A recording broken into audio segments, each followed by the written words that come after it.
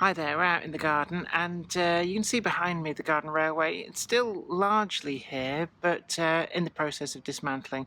So today I'm going to look at some of the track salvaging techniques that have been working for me, and actually getting a really good result from this. So it might be sad to watch, but there's going to be a new beginning here, and it's always good to be able to get back as much of this stuff as you can. I'm actually really quite impressed how well the Pico track has stood up to the weather. It's been out here 4 years, 4 or 5 years, something like that, since it was all built.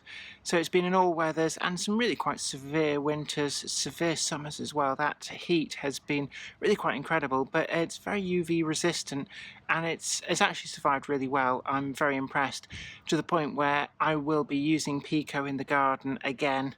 I'll make sure of that because they haven't let me down. But without further ado, let's take a look at what I've been up to.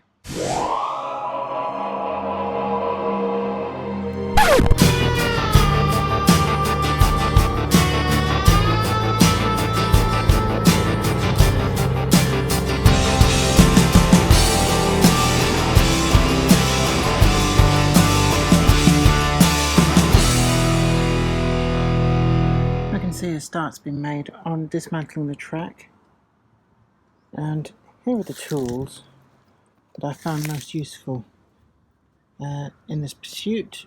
We've got a scraper. It's pretty good for getting underneath the track, but actually a small jeweler's screwdriver, flat head, is pretty good at getting underneath some of these track pins that I used.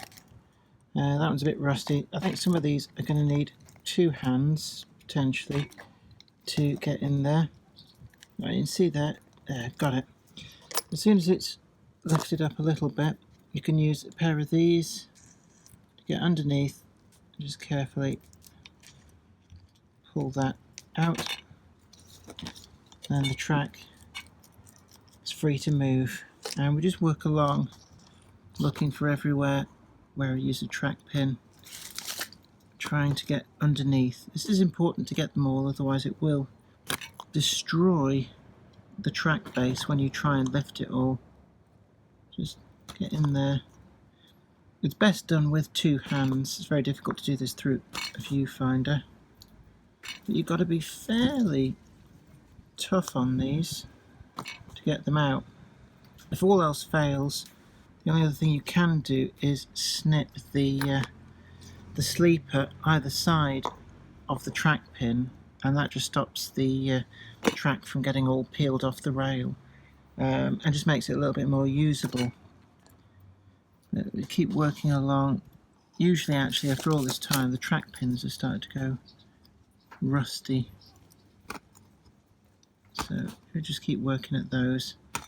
And then we'll get to here. You see where the track joint is. Once this section's all completely de-pinned all the way back to where I finished up last time, then we'll move on to the next step. So we've now reached a point where I've done the full length. We move on to using the scraper. Just try and carefully work it underneath. What we're doing is we're freeing up the entire length. On this, because everything's deteriorated, you often find that most of it isn't too bad, but there's a few areas here where it still feels very well stuck down, and this bit here seems to have fared a lot better than elsewhere. So we're just trying to work underneath the rail systematically, very carefully. I'm just getting that to free up from underneath, and let's just look. Oh, what you can see there is, because I'm trying to do this through a viewfinder, it's just broken all of the webs there. So if you get a situation like that, the best thing to do is to find somewhere there where it's just gone and clip the track, and do the same on the other side.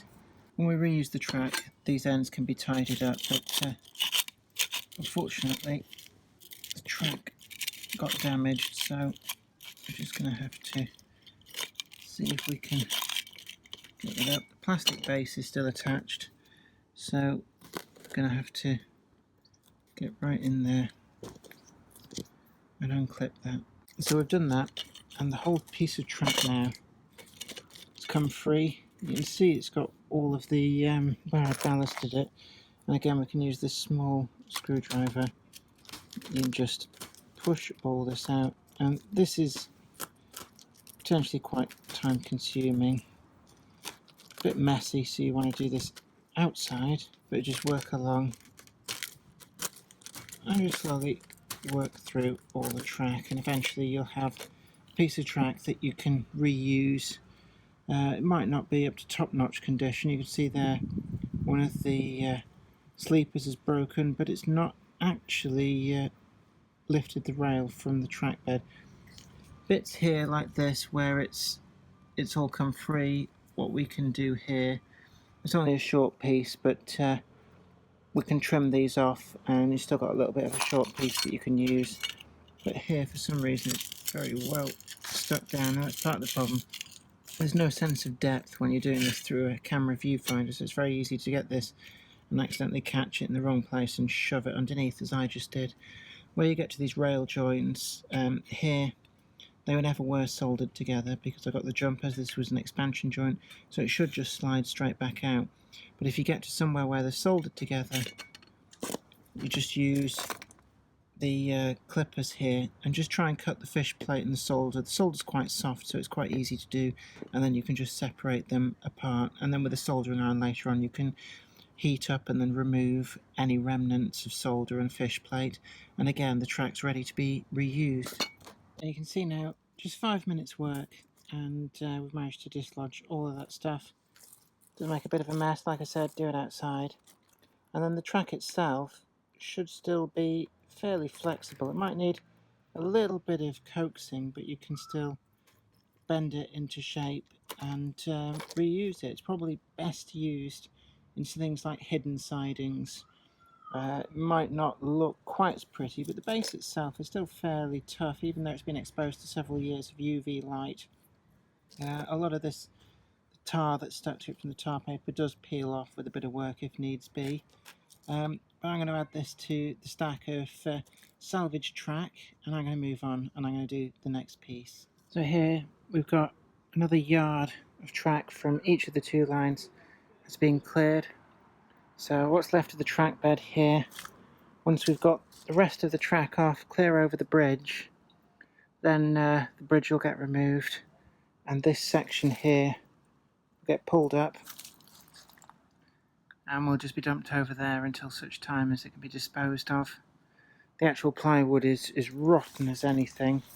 The structure underneath actually is a lot better, but you can see here the wood just goes like spongy. It's unfortunate, but there's not really a lot you can do with these above ground garden railways. So we've still got plenty of track left to salvage. At present rate, I'm probably getting back 80 to 90% as usable track, which is pretty good, and that'll give me a good stack of track to be able to put together fiddly yards, things like that, when I'm building the next model railway. Well, it's a sad end in a way for the garden railway, but it's going to be a new beginning. The phoenix will rise from the ashes, and a lot of this track will get reused, so it's not really something to worry about. And my plans for this area of the garden are for a ground level O-gauge setup, and I think that's going to be quite good fun. I've never really played too much with other scales than 00. I'm kind of looking forward to playing with O-gauge in the garden. My dad's got a fair old set of stuff, and I really fancy for myself one of those Mamod Live Steam ones that run on the 32mm track. So it's all things to think about, and I think it'll be a lot more rugged and reliable, especially being ground level. But until next time, you take very good care of yourself. I hope this has been informative to you. Don't forget to like this video, share it too, and also subscribe to the channel. You'll be the first to know about new videos as and when they go up, and ring that bell, and it'll let you know when I post something new. But until then, you take very good care of yourself. Bye for now. And for anybody who's wondering why I appear to be looking off to one side, it's because it's not very obvious where the camera lens is on an iPhone, so when I look at myself, which is a natural thing to do, I can see that I appear to be looking to one side, and if I think the lens is somewhere around there, not really sure.